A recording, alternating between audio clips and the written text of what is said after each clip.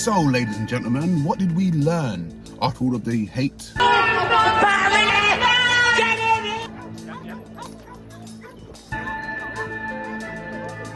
After all the fires?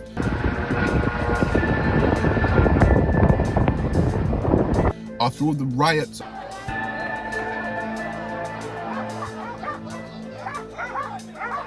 After all of the protests? What is it that we learned? Where did it get us?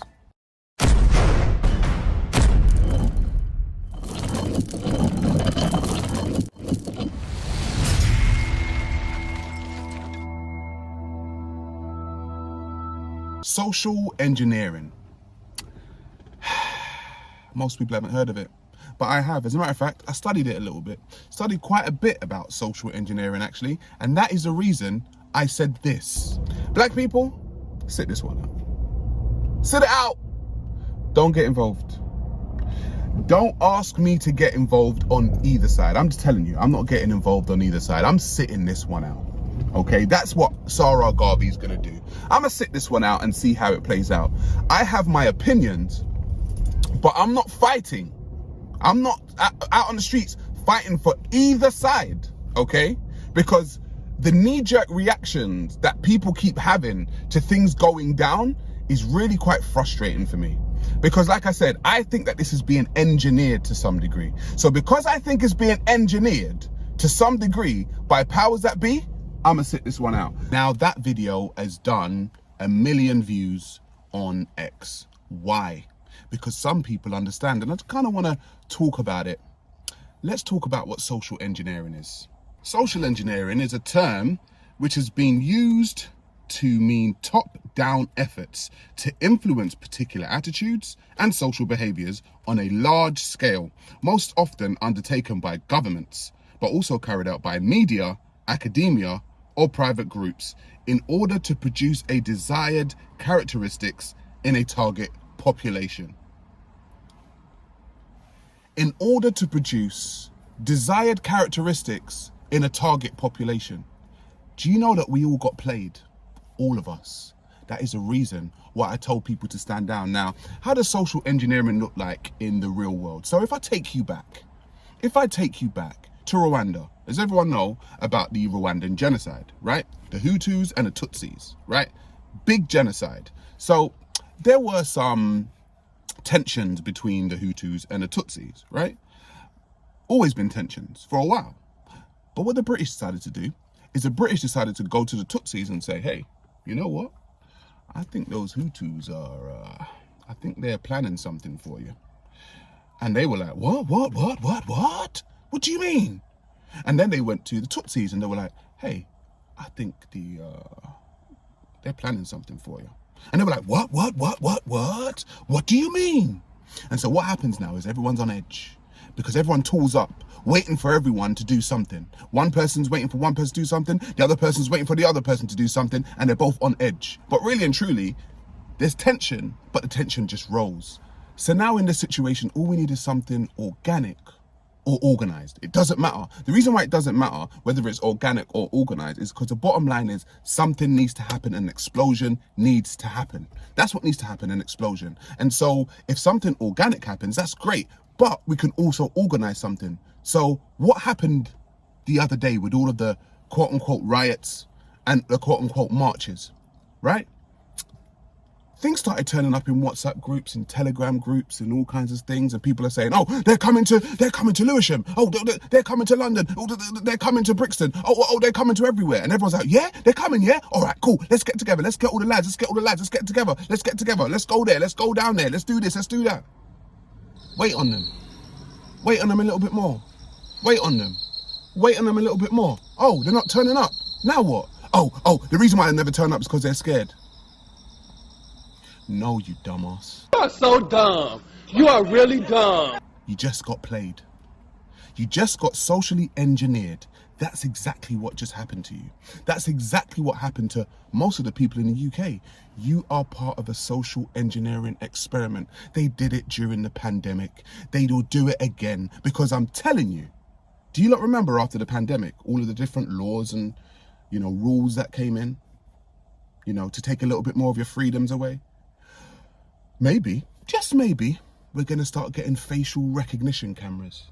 Who knows? Maybe, just maybe, they'll start bringing in new laws in which to take a little bit more of your freedoms away because they don't trust the people, because the people can go on rampages. Let's see if that happens. You all got played.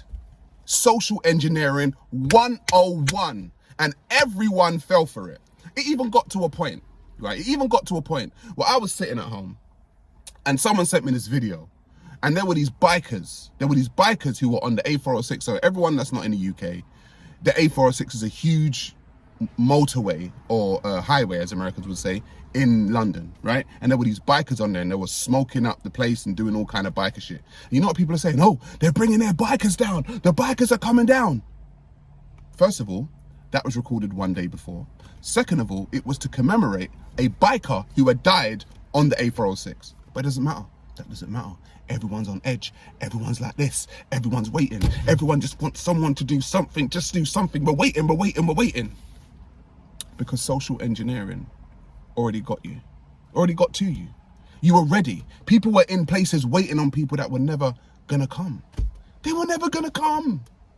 Who made these groups? I even saw one, right, that actually used the term wogs. I was like, who the fuck wrote this? Wogs? What is the granddad from the 1970s writing this or something? I wish to make a complaint against the knick-knock. Who uses the term wogs? Wogs? No one uses that term anymore. You might as well have used the word jungle bunnies. Like, no one uses that term, but it doesn't matter. It doesn't matter because people are so fucking stupid. They're so easily just manipulated. People forget how stupid people are. This is one of the reasons why I stay away from people. I'm just saying, it's one of the reasons why I stay away from people. When the pandemic hit, right? Your neighbor, people who would call themselves cool, people knew people in the streets, people knew people like next door or maybe on their road. All of a sudden, we're in Tesco's fighting for toilet paper.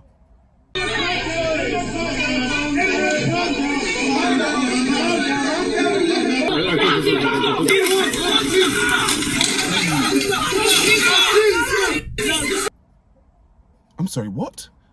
I'm sorry, is there a shortage on soap and water? Because if you go at number 2, you can probably just wash your ass, no? You can wash it, right? No logic whatsoever. People are fighting for toilet paper. For toilet paper? Is there no soap and water? If we run out of toilet paper, I'm sure we can wash our asses. No, it doesn't matter. Everyone wants toilet paper. That's how stupid people are. This is how dumb people are. This is why I stay away from people. I'm gonna be real with you guys. This is why I stay away from people, because people are so easily engineered socially to the point where I sit down and I think to myself, wow, you know what I understand?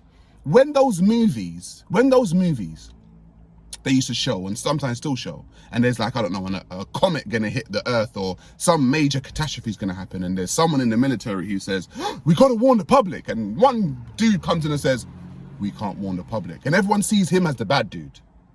And but the reason why he knows not to warn the public, because he knows the public are fucking stupid. They're gonna go crazy. They're gonna start doing the most dumb shit. The neighbor's gonna become the enemy. The enemy's gonna become the friend. They're gonna start, I don't know, eating dogs. Who knows, right? Who knows? Because people are stupid. That's exactly what happened. That is exactly what happened with all of this stuff. Now, I told black people to hold fast for a reason, because it's not our fight. And I will say it again, don't get co-opted into something that ain't yours. Because black people, like I said, we went through the Teddy Boys, we went through the BMP, we went through the Stephen Lawrence era, went through the NF, we went through the Skinners, we went through some real racial tension in this country. We went through it, right? This ain't that. This ain't that. You lot don't know about Chelsea Smiles and all this kind of stuff. This ain't racial tension.